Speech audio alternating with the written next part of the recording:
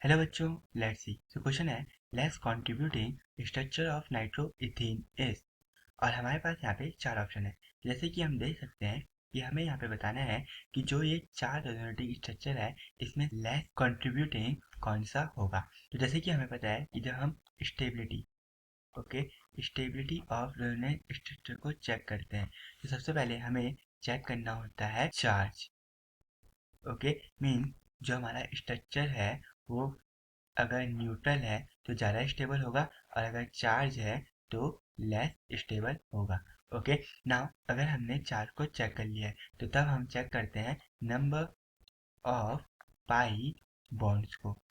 इसका मतलब है अगर हमारे पाई बॉन्ड्स ज़्यादा होंगे तो जो हमारा स्टेबिलिटी होगी वो ज़्यादा होगी। ओके फिर अगर हमने नंबर ऑफ पाई बॉन्ड को भी चेक कर लिया है तो अब हम करेंगे चार्ज।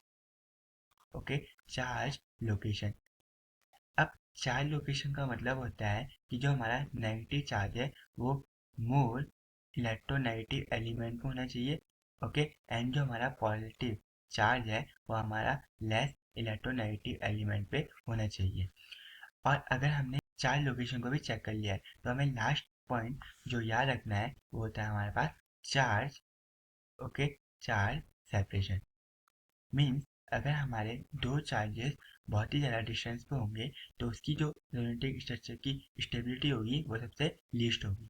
ओके सो अगर अब हम अपने ऑप्शन को चेक करें तो जो हमारा ए ऑप्शन है उस पर हमें दिया है CH2 double bond CH then single bond N पे हमारे पास positive charge double bond O and single bond O minus. तो अगर हम यहाँ पे देखें कि जो हमारे नंबर ऑफ पाई बॉन्ड है वो है 2। ओके तो अगर हम यहाँ पे लिख लें तो हमारे पास है 2 पाई बॉन्ड्स एंड जो हमारे और ऑप्शन है तो इसमें हमारे पास है यहाँ पे 1 पाई बॉन्ड। ओके यहाँ पे भी हमारे पास 1 पाई बॉन्ड। ओके एंड यहाँ पे भी हमारे पास केवल 1 पाई बॉन्ड ही है। ओके तो इसका मतलब जो हमारी एक की स्टेबिलिटी होगी वो सबसे ज़्यादा होगी, लेकिन हमें यहाँ पे बताना है लेस कॉन्ट्रीब्यूटिंग रेजोनेटिंग।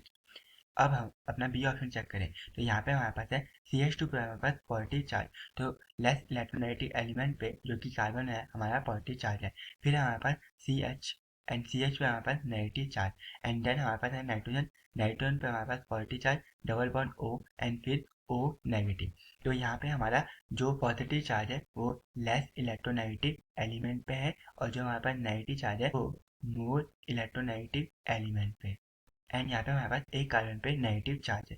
ओके तो इसका मतलब इसका कंट्रीब्यूशन होगा लेकिन लेस होगा एक केस से।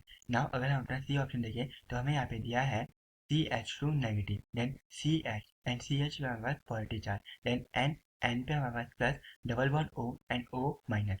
तो अगर हम यहाँ पे देखें कि जो हमारा C और जो B है उस पर हमारे पास एन पे पॉजिटिव तो B पे भी हमारे पास एन पे positive and double bond O and O पे नेगेटिव तो O पे नेगेटिव यहाँ पे भी है। लेकिन यहाँ पे हमारे पास जो ये कार्बन है जिसमें हमारे पास पॉजिटिव चार्ज है और जो ये नाइट्रोजन है इसमें हमारे पास पॉजिटिव चार्ज है। तो यहाँ पे हमारा सेम चार्ज होने की वजह से रिपल्शन होगा।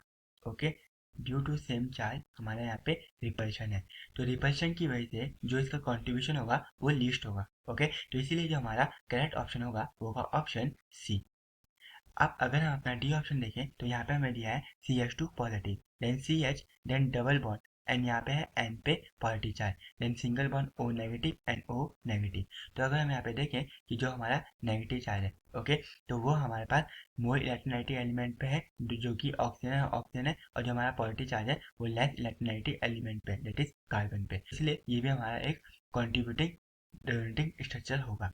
तो इसलिए हमारा जो करेक्ट ऑप्शन है वो है option C. So hope you understand it well. Best of luck.